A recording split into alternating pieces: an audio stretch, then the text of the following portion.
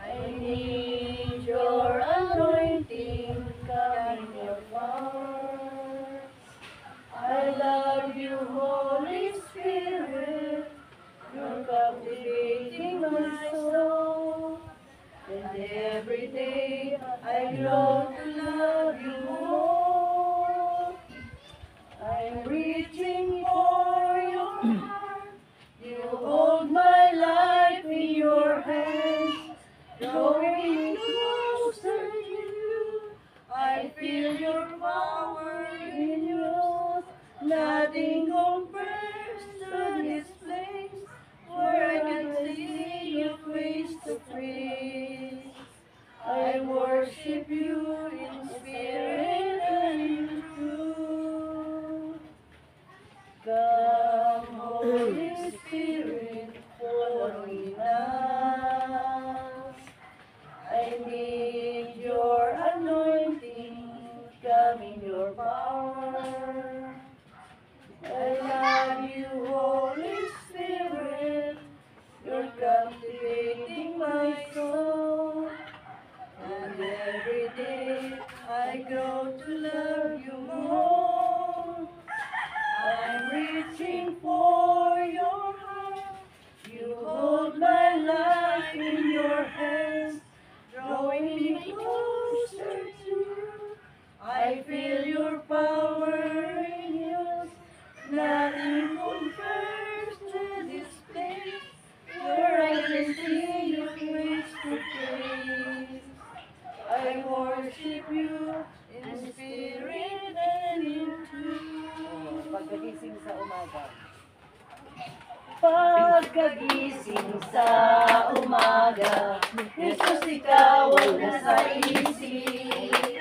Kaya't buong katawan ko'y punong-puno ng pag-ibig. Katawan ko'y napapainda, puso ko'y umaawit. Ang mga paa ay sumasayaw sa tugtuging makalangit. Bewang ko'y kumikembot, paa ko'y nagcha-cha-cha. Mga kamay kumakaway, nagpupuri sigla. Lumulundag basta luha, sumasayaw, kumakanta. Ito ang tanging alay ko sa'yo, Ama. Bewang ko'y kumikembot, paa ko'y nagcha-cha-cha. Mga kamay kumaklaway, nagpupuri sila. Lumulundag basta luha, sumasayaw, kumakanta. Ito ang tanging alay ko sa'yo, Ama. Buhay, buhay, buhay kailanpaman. Si Jesus ay buhay, buhay kailanpaman. Ay buhay, buhay, buhay kailanpaman. Si Jesus ay buhay kailanpaman. Awitin natin ang hallelujah. Si Jesus ay buhay kailanpaman. Awitin natin ang hallelujah. Si Jesus ay buhay. Si Jesus ay ano si Jesus? Buhay!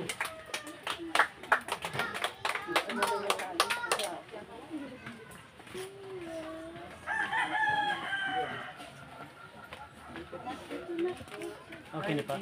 Prayer na lang.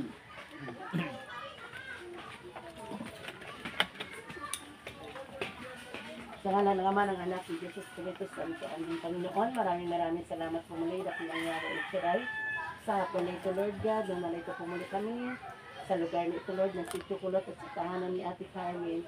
Nawa, Panginoon, patuloy mo po kami pagkalain. Nagpapasalamat po kami at muli mo po kami tinipon sa lugar na ito, Lord God. Lord, salamat po sa mabuting kalooban ni Ate Carmen kasama ng kanyang mga buong kamag-anakan. na binigyan po nila kami, Lord, ng pagkakataon na makatuloy dito sa kanilang sambahan. Nawa, Panginoon, patuloy mo pong pagpalain. I-bless niyo po, Lord, ang kanilang pamilya, ang kanilang buhay, Lord. Patuloy mo po silang bigyan ng malakas at malusog na pangangatawan. At buong puso po kami nagpapasalamat, Panginoon, sa amin dito mga tagayupang ko. Nawa, patuloy mo pong ipagkaloob sa amin ang aming kalakasan, ang aming kalusugan ng pangangatawan, upang patuloy namin magampanan ang aming tungkulin sa paghayo sa iba't ibang lugar, Lord. Patuloy mo rin pong gabayan kami lagi sa lahat ng oras, at patuloy po kami humingi ng inyong awat na magkapatawaran, Lord, sa mga oras nito.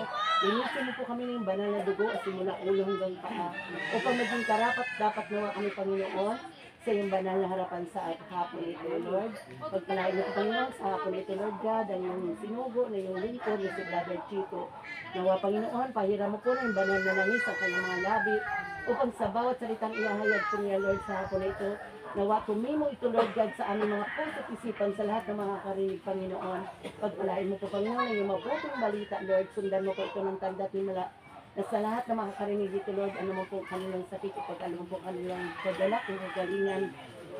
At sa lahat, Panginoon, na may mga pangangailangan, Lord, sa araw na ito, amin na pong aangkinin na ito po lahat, Lord, ay inyo na pong pinagkaloob at pinugon, Lord, sa pangalan ni Jesus. Kaya mo ni Panginoon, sa iyong mga kamay, Lord, ipinaubay at pinagkakatiwala namin ang natitirang sandali, Lord. Gabayin mo po, may banal na Espiritu, Lord God, si Brother Chico. Ang natin ay aming samot-dalangin sa pangalan ng bugtong na anak namin, Panginoon Jesus, na nag-aaral noon ngayon at magpakailanman at sa walang hanggan. Amin. Sa pangalan ng anak, Jesus Espiritu Santo. Amen. Mapagpahalang hapon po sa inyong lahat. Magpalang hapon. Salamat po kay El Shaddai at sa mga lingkod na ginamit para ang gawain na ito ay makarating sa lugar na ito. Ako po pala si Brother Chico Atrabante, origin from Bicol. At sa ngayon po ay nakatira kami sa Parañaque ng ating sister wife. At nandito ako ngayon sapagkat almost 10 years na po kami nandito ng asawa ko. Walang ibang ginawa kundi mag-mission. And ako'y naniniwala na hindi ko kayo nagkamali ng inyong ginagawa. Sapagkat sabi nga niyan sa lahat ng kapatid ko, na pag dumating sa buhay natin si Yahweh El Shaddai, ang buhay natin ay hindi na magiging kagaya ng dati. Kung dati ay tayo'y puno ng takot at pag-alinlangan, puno ng mga pagdurusa at mga kabalisahan, kapag dumating si Yahweh sa buhay natin, anumang problema, anumang pagsubok ay kayang-kayang lampasan. Amen? Amen. Sabihin mo sa iyong katabi, kapatid. Kapatid. Smile naman dyan. Smile naman dyan.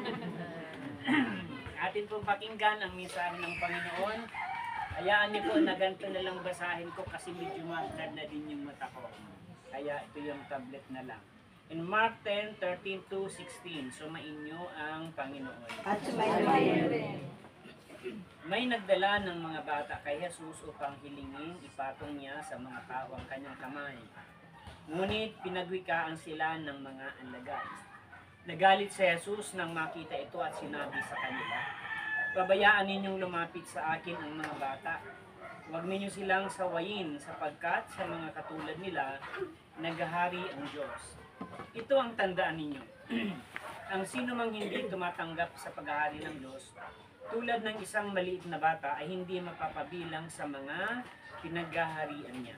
At kinalong ni Jesus ang mga bata, ipinatong ang kanyang mga kamay sa kanila at pinagpala sila. Mga magulang, mga kapatid, mga bagong prayer partner, mga anak ni Yahweh El Shaddai, ito po ang napakagandang balita ng ating kaligtasan. Pinupuri ka namin, Panginoong Jesucristo. Amen. Muli nating purihin si Yahweh El Shaddai.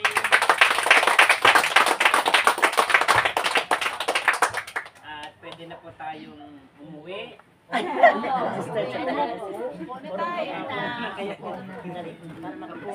po sa inyo at ako'y nakarating dito. Ako po'y alaon na pa doon sa Sakura First. Buti na lang at pinapagawa ko para Pangalawang at alam nyo, buti na lang may dumaang scramble. Pero alam nyo, hindi naman po ako ignorante sa ganitong mga sitwasyon. Sa biyaya ni Yahweh, ako ay nakalipot na rin ng Pilipinas sa mission. May bundok, may dagat, may mga barangay, at meron ding sentro. So sa blessing ng Panginoon, isa lang po ang aking natitiyak. Sa bawat lugar na si El Shaddai ang idinadala, yung mga taong tapat na hindi nagsawa na maglingkod sa Kanya, ang lahat ng bagay na hindi natin kaya, ay kayang-kaya ni Yahweh. Kung hindi nyo po alam ang gospel natin, sino po dito ang Katoliko? Lahat po. Alam nyo, huwag kayong mag-alala.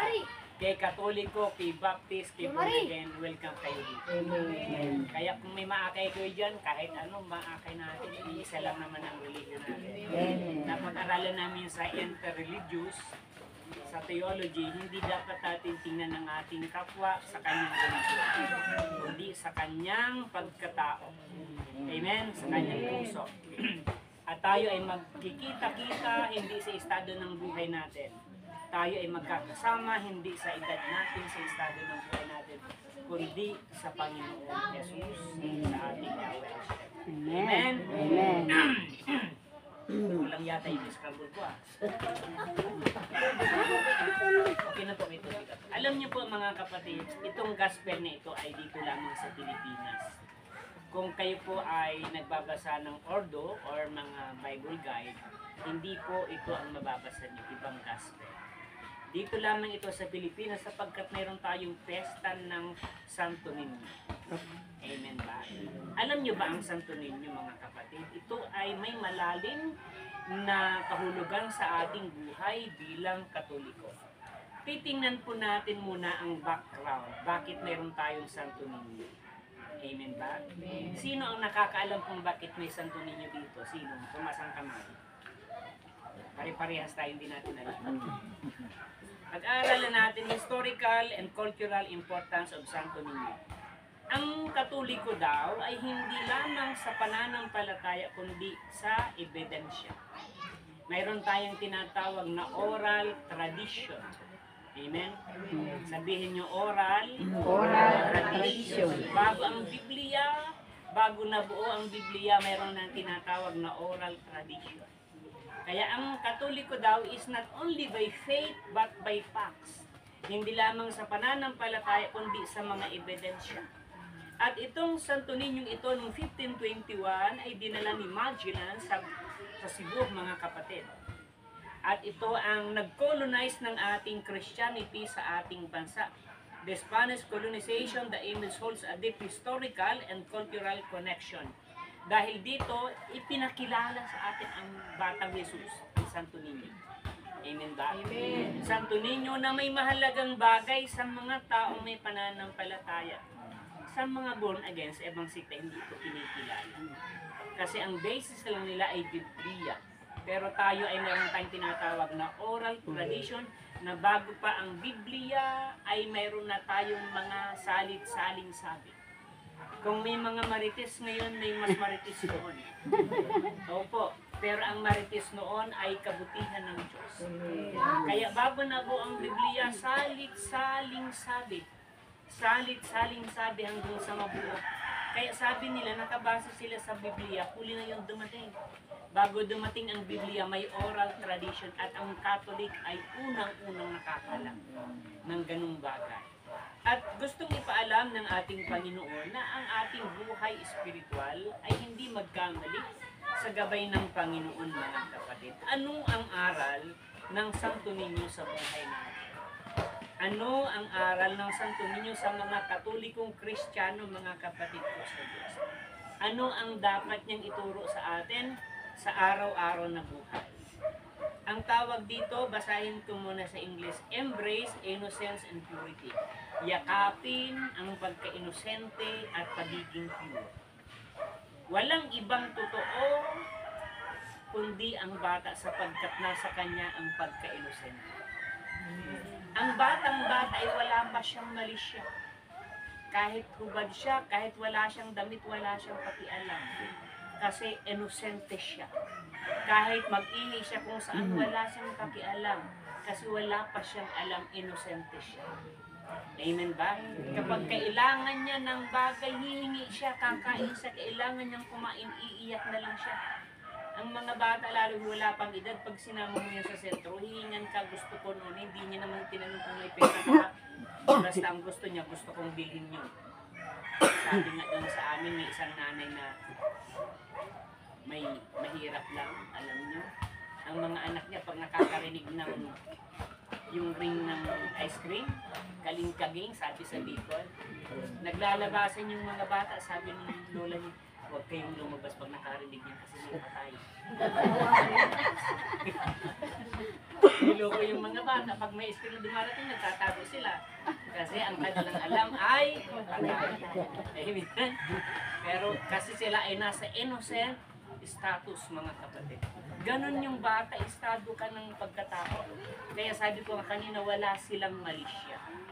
Ito yung gustong ilagay sa atin ng Diyos sa buhay, na maging kagaya ng isang bata, na walang tinatagong malisya sa isip natin, maging totoo sa ating kapwa, sapagkat ang pinakamatibay lamang nating arma sa buhay nito ay ang pagiging totoo. Ang pagiging tunay. Pwede ko kayong dayain ngayon, pag uwi ko sa bahay, paglabas ko sa bahay, magbibisyo ako, pero hindi kayo ang niloko ko. Pwede tayong magpakabait dito sa palibot natin, pero pag uwi natin sa bahay, maldita tayo, hindi pananagutan ng ating kapwa. Hindi lang tayo natin totoo at hindi natin inilagay ang aral nito. Amen ba? Ang bata, base sa psikolohiya, ay merong tinatawag na tabula rasa. Sabihin nyo, tabula rasa. Amen ba? Ang ibig sabihin niyan sa Latin ay blank state. Ang isang bata ay bakante pa ang kanyang isip. Blank state, bakante ang estado ng kanyang utak. Kaya ang tawag doon sa Latin ay tabula rasa. Amen ba? Kaya nandoon yung kanyang inosente. Pero tandaan nyo, dalawang bagay ang dapat nating alamin. Inosente saka ignorante. Iba yung inosente sa ignorante. Kahit mag-inosente-inosentihan tayo, kapag tayo ay ignorante sa salita ng Panginoon, na dapat mayroon na tayong alam, hindi na tayo inosente, ignorante na lang tayo. As we grown up, sa pagkaroon nating edad, ay hindi na tayo bagay na maging kagaya ng batang inosente. Kailangan magiging learned na tayo. Kailangan matuto na tayo. Amen ba? Amen. Kailangan matuto na tayo sa tamang daan ng buhay para ang kalooban ng Diyos ay ating maisabuhay. Una, kailangan nating cultivate ang inosente sa paghahanap ng totoong puso at pag-iisip at ang ating mga actions. Amen ba? Amen. Sabi nga, isang napakagandang kayamanan natin ay ang pagiging totoo. Hindi naman masamang yumaman. Hindi naman masamang magkapera. Hindi naman masamang umasenso. Ang masama kung hindi sumabay ang ating spirituality.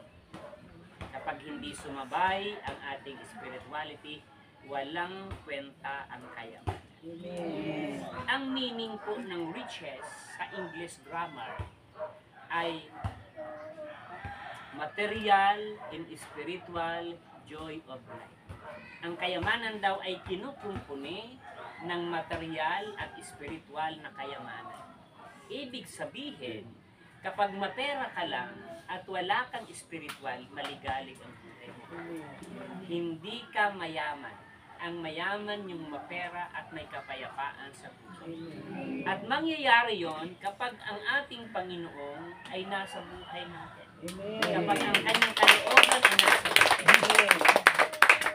Alam nyo, hindi man kayo nagtanong, hindi naman ako galing sa mahirap na pamilya. Hindi po ako sanay kumain kung saan-saan. Kasi kahit elementary graduate lang ang mga magulang namin, hindi kami pinaranas ng kahirapan. Kaya, pero nang maglingkod ako sa Panginoon, natuto ako ng maraming bagay. Kahit lugaw lang ang ipakain nyo, okay na ako dyan. Basta may manok.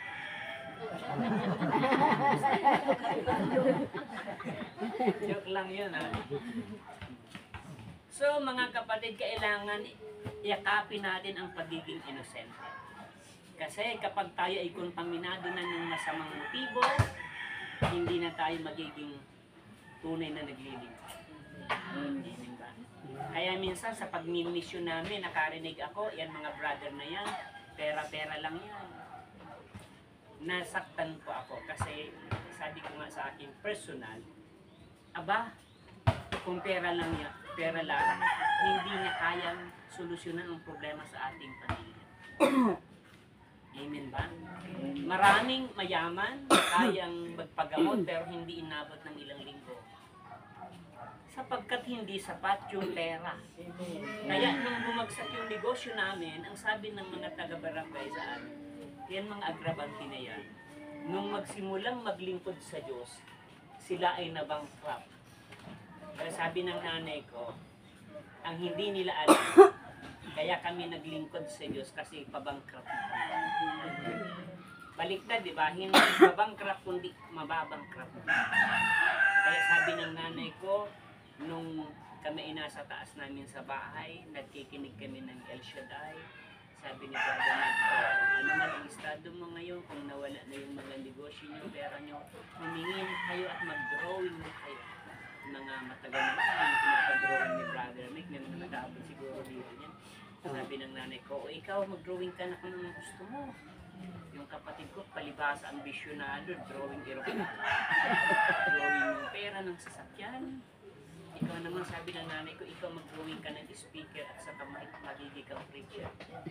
Alam nyo, after ilang years, wala pang 20 taon, nangyari na. Yung kapatid kong nag-drawing ng aeroplane, wala na rin. Nung isang araw, kabibili lang ng bagong kotse. Sila ay pupunta na ng Canada, galing ng Dubai. So, hindi nagsisinungaling si El Shaddai. Amen. Kaya sabi ng nanay ko, huwag ka nang magtrabaho. Maglingkod ka na lang kay El Shaddai. Kaya pag inuutosan ako ng kapatid ko magsalok ng tubig, sabi, hindi mo ba narinig si nanay? Nagapanalangin ba?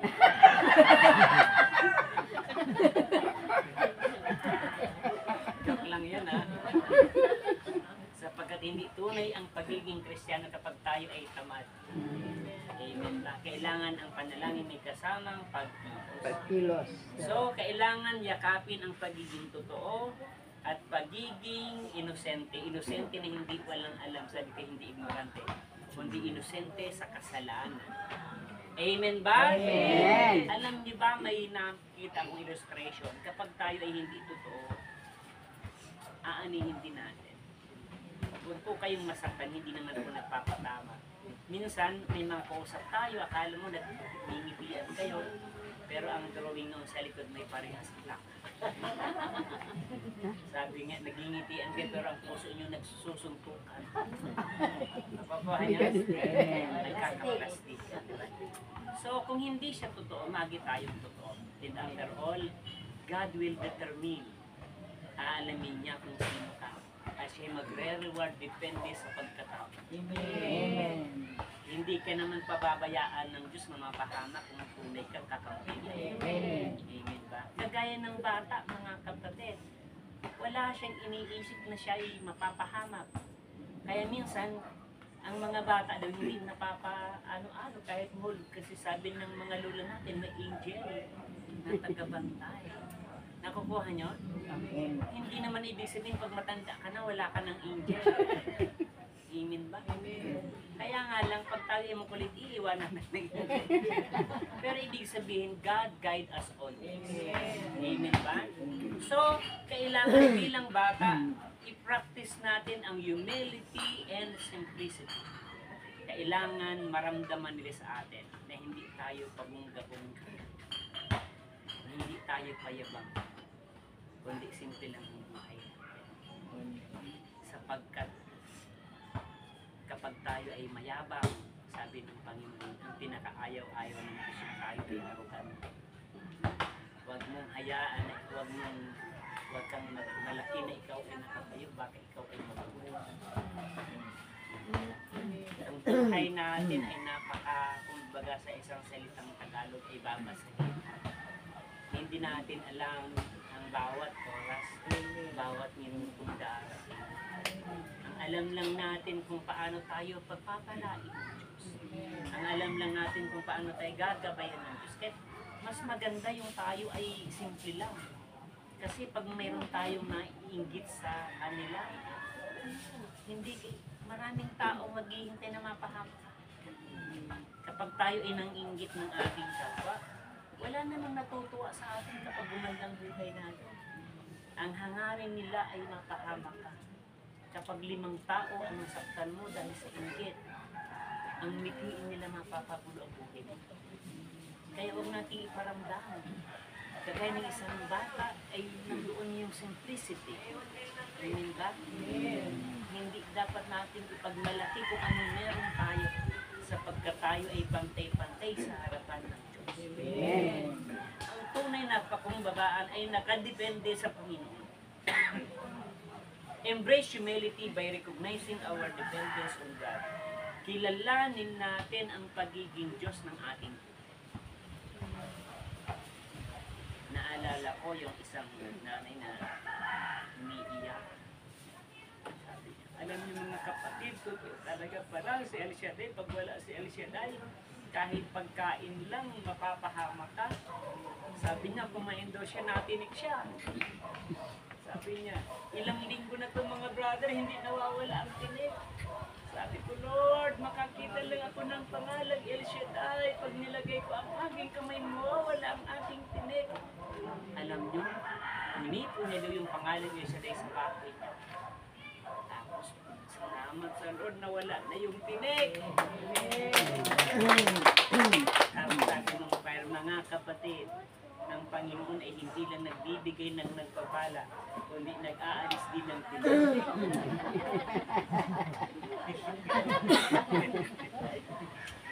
Nagkukuha niyo? Minsan mga simpleng bagay, wala talaga tayong magagawa. Yung kainan namin sa kumain lang daw siya ng tanghali ng beef na sinabawan. Alas 9 ng gabi, nilalaglag na siya. Simula nung hindi na nawawala yung lagnat. Nung ipacheck, pumunta ng Amerika. Alam nyo, nakita pala dito yung maliit na buto na nandito pala na nag-infection sa kanya. Sabi niya, brother, 100,000 lang naman. Sa kunting tinik ng baka, 100,000 pwedeng umalis.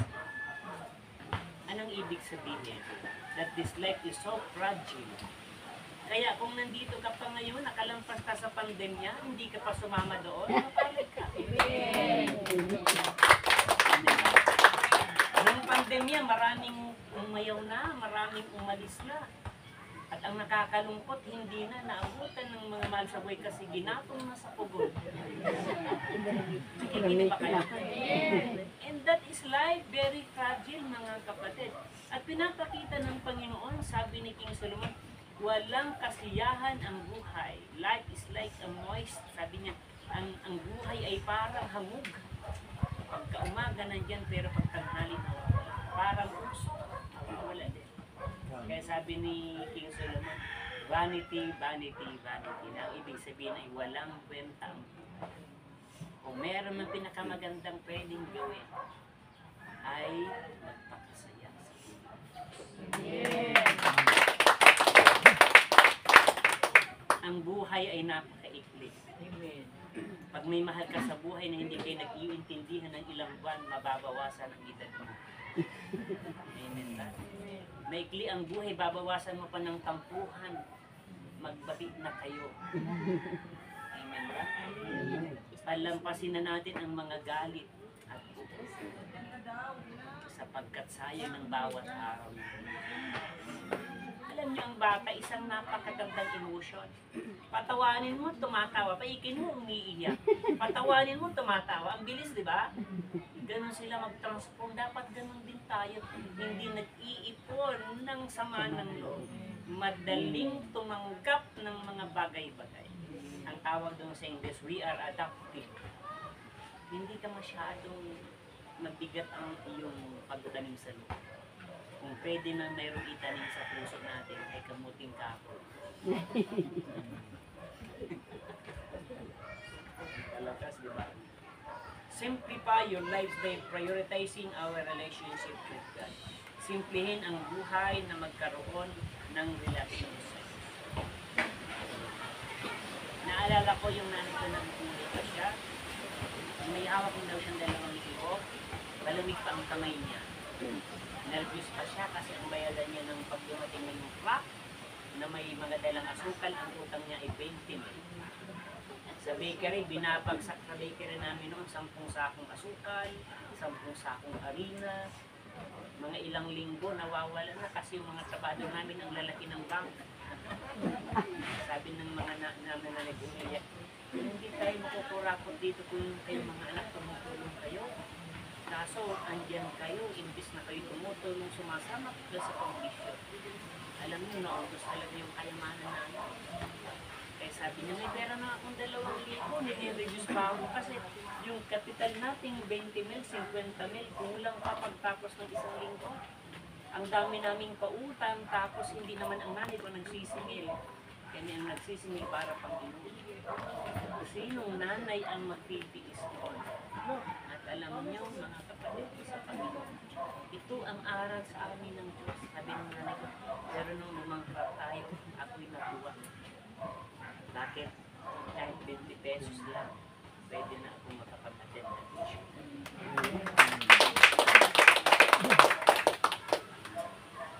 So, ganun yung simpleng buhay. Trust God's promises and conditions. Pag hindi mo kayang magtiwala sa Diyos, hindi matutuwa. Ang isip natin, ang daling magduda. Diba? Pag nangaral tayo ngayon, akala mo okay ka na, pero pagdating mo sa bahay, kinain na naman tayo. Kaya sabi ni Brother Mike, ang pagdududa at pagtitiwala ay parang isang papel. Nakita niyo yung gaano kanipis yung papel? Ganon ang pagitan ng doubt and belief. Hindi siya napakalayo, napakapakapal na nito. Ang papel napakanipis, nandoon yung pagtitiwala, sa kabila yung pagdududa. Amen ba? Amen. So kailangan maging matatag ang ating pagtitiwala. Alam niyo yung bata, madaling lukuhin, madali kasing maniwala eh. Nung kami bata pa, sabi namin sa tatay namin, tay, ibili nyo kami ng jeep na pinipidala. Sabi niya, oo. Sabi ng kapatid kong bunso, tay, nakabili na ba kayo? Doon kami galing sa town, kaso wala pang gulong eh. Sabi ng kapatid ko, tay, pagbalik mo ba sa town, mayroon na kayong gulong? Oo naman. Pumunta sila sa town, pagbalik naman, hindi na naman kami. Tapos, tay, asan yung sasakyan? Mayroon ng gulong, kaso walang manibela. Alam niyo, naniwala kami ng magkapatid kasi tatay namin ang nagsabi. Pag nagsabi siya, may pangako siya. Alam niyo, naloko kami ng 1 taon. Puro paasa. Puro paasa lang. Ito'y tao, pero ang Diyos, pag sinabihan ka, hindi ka pwede. Kaya nang bumili yung kapatid ko ng kotse, medyo manghiyat-ngiyat ako. Sabi ko, itong bata. Dati, niluluko-luko lang kami. Pero that is God. Kapag hindi dumating sa atin ang Panginoon. Kaya sabi ko nga lagi sa mga tao, hindi ako mangangha sa inyo na mangaral kung peke ang Diyos ko. Hindi ako magtatapang-tabangan na umarap sa inyo kung hindi ka kayang pagalingin ni El Shaddai. Amen. Hindi ako mangangahas na baka pagbalik ko, brother, sinungaling pala ang Diyos mo. Hindi ako natatakot kasi ilang taon na akong naglingkod sa mga taong tapat. May magandang nangyayari sa Yahweh El Shaddai. Amen ba? Kaya sabi ko sa kanila, pag tinugon kayo, huwag nyo na akong hanapin. I-text nyo na lang ako. Amen ba? Yung asawa ko ay nagpapalis ng abroad sa Dubai, sa Saudi, sa Taiwan. Ang isang biyaya namin, lalo sa Saudi, maraming nababalitaan dyan na napapahamak. Sabi ko sa asawa ko, huwag kang tatanggap na hindi kumpleto ang papel at peke ang pangalan. Kasi mapapahamak ka. Ang isa kong assurance sa amin ay ipanalangin. Alam niyo, na napupunta sa Abu Dhabi, so far wala naman napapahamak na mga pumunta na Abu Dhabi. Kasi mga anak na siya dahil. Sa kanila, kahit nga sa Pilipinas, napapahamak eh. Sa ibang bansa, kapag kasama mga kanilang kaya ito yung aking sandigan. Kasi wala tayong pupuntahan. Wala tayong pupuntahan kung wala ang gabay ng Diyos. Meron akong kasamang preacher. Dati nasa Pampanga ngayon, hindi na sumasakay ng motor. Alam niyo kung bakit? Nung magsakay daw siya ng motor papuntang Hayo, ang driver ng motor niya lasing. Pag tilapon ng motor ang lain, sabi niya sa rin niya, hindi na ako sasakay sa motor. Sabi ko, brother, nadala ka pa sa'yo. Tandaan mo, ang eroplano bumabagsak. Ang barko lumulubog. Sa banig may binabangungot. Sa pagkain may natidinig. Walang lugar. Maliban sa kamay.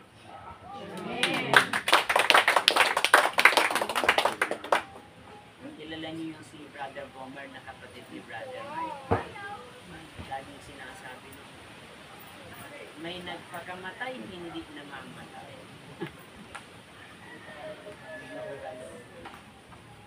May namamatay, hindi namamatay. May ayaw magpakamatay, namamatay. Nag-joke na ako eh. May naglapis sa akin. Brother, gusto ko na talagang mamatay. Kasi bigo siya sa pag-ibig, breadwinner siya sa pamilya. Sabi ko, bakit ilang taon ka na ba? Sabi niya, 50 na brad. Sabi ko, huwag ka nang magpakamatay, antayin mo na lang. Sabihin mo sa iyong katabi kapatid, huwag mong paniwalaan yun. Mahaba pa. Kay nating lahat.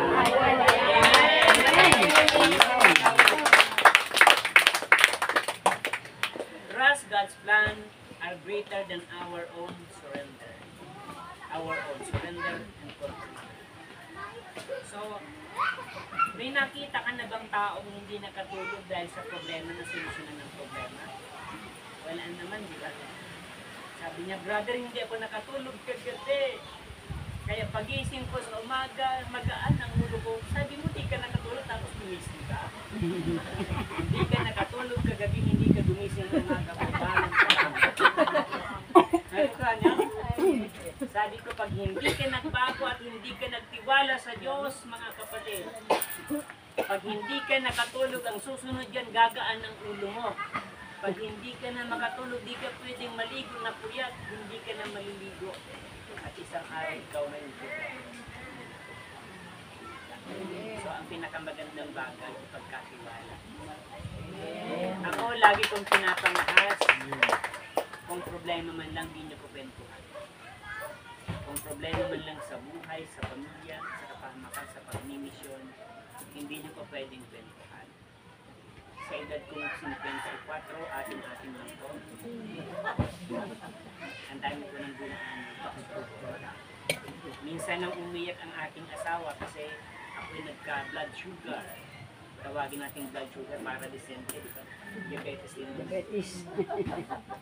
Sabi ng asawa ko umiyak, Lord, kung gusto mo nang kuminom na sa aking asawa, payag na ako, Lord. Oo naman, kasi hirap na ako nun. Payag na ako. Pero kung bibigyan mo pa siya ng chance, ayaw siya. Sinabi niya yung nakalipas ng 10 taon. Ako, sinasabi ko sa sarili, parang gusto ko na rin makita. Kasi pag nagkasakit ka sa kidney, wala pa ko. Ang doktor gumaganyan-ganyan. Bilang mo yung pag-mission mo para gusto mo buhay ng matagal, tumigil ka sa mission na yan. Pero hindi ako nakinig. Pagbalik ko nung nakarang, ganda na naman yung aking resort sa akin. At hindi ko talaga binitawan sa asawa ko na parang gusto ko na sa isip ko lang. Kasi like kong sinasabi ni Brother, huwag mong sasabihin na nagulog ka. Huwag mong sasabihin na may sakit ka. Kasi pag sinabi mo yun, maririnig ka ng kanya. Kaya di ba pag kinumusta tayo, sasabihin natin, magaling na, mayaman pa, matalino, matuwid, marangal, sa pag-ibig. tahimik, malaya, mayapa ang kalooban, maginhawa. Dapat ganun yung bibig natin. Pag sinabi mo na, ay wala na kong pera kasi hindi mo tama, wala ka talagang pera. Pero lagi natin sa iniisip mo wala kang anak sa abroad, iniisip mo na wala kang negosyo, iniisip mo na wala kang trabaho pero nagkakamali ka. Bakit? Sabihin niyo bakit? Anak ka ng Diyos. Alam mo yung kwento ni Brother Mike sa isang itlog ng agila, makinig kayo. Inilagay yung itlog sa itlog ng mga manok at napisa, yung agila ay napisa din. Yung agila ay sumabay sa mga manok isang kahit isa. Kasi akala niya manok siya. Pero dumaan ang panahon na nararamdaman niya, hindi ako manok, ako'y agila.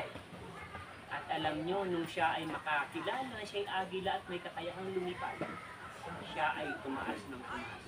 Iniwan niya ang manok na isang kahit isang. Ganon din sa atin. Minsan iniisip mo na mahirap ka lang. Minsan iniisip mo na wala kang trabaho. Nakakalimutan mo na anak ka ng Diyos. Amen ba? Sabihin mo sa katabi kapatid, hindi ka manok. Ikaw ay agila. Amen. Anong meron sa agila? Mataas ang mga. Hindi siya gumagapa. Kaya niyong lampasan ang mga problema sa ibaba ng Amen. Sabi ng Isaiah 41, kapag nagtiwala ka sa Diyos, magiging kagaya ng agila, lilipad ng lilipad. Amen. At tandaan nyo, ang buhay ay hindi isang pelikula. Mahirap harapin ang hamon ng buhay. Sa pelikula, sa isang oras, maraming nangyayari. Unang 30 minutos, 30 minutes, panalo yung kalidad. After 30 minutes, panalo na yung kalidad. Ganun kayo ang buhay sa pelikula, pero sa buhay natin hindi ganun. Pag may problema ka, kailangan mo ubusin ng 24 oras. Ilang linggo, 2 linggo, isang buwan. Ganun kahaba ang hamon natin. Pero gaano man kahaba ang oras ng hamon natin, kapag hindi ka bumitiw, panalo ka pa rin. Diba?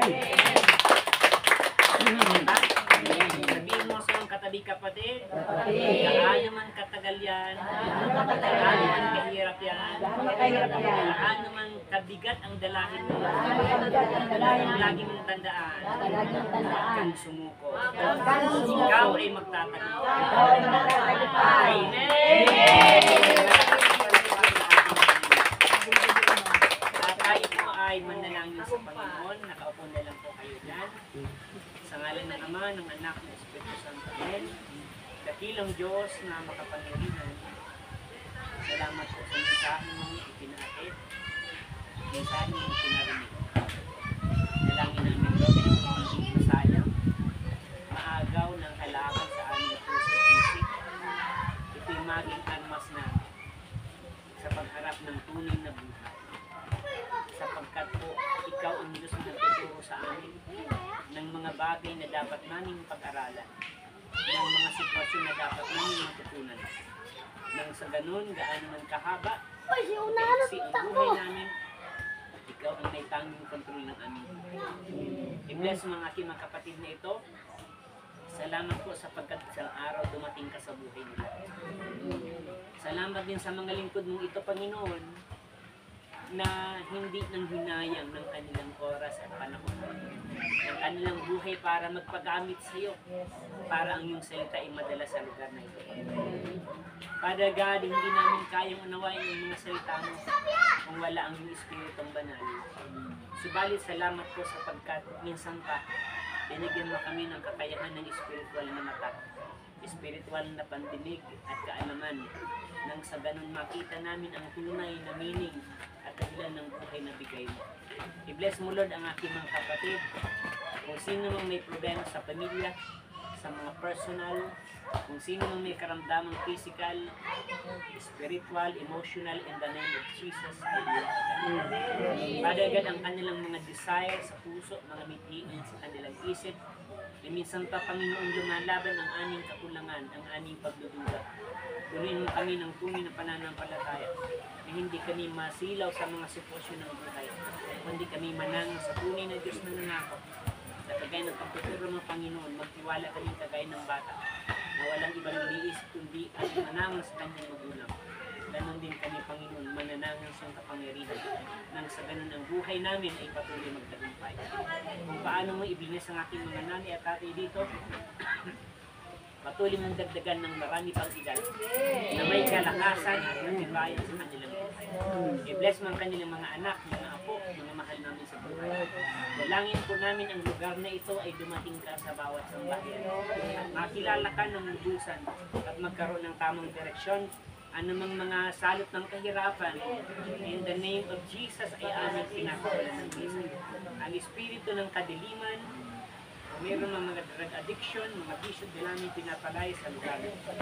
Father God, pa dumating ka sa buhay namin at ang pagpapala mo, ang kapayapaan mo, ang katiwasayan mo ang dumating sa aming buhay mula ngayon at magpakailanman. Sa pangalan ni Jesus, say Amen.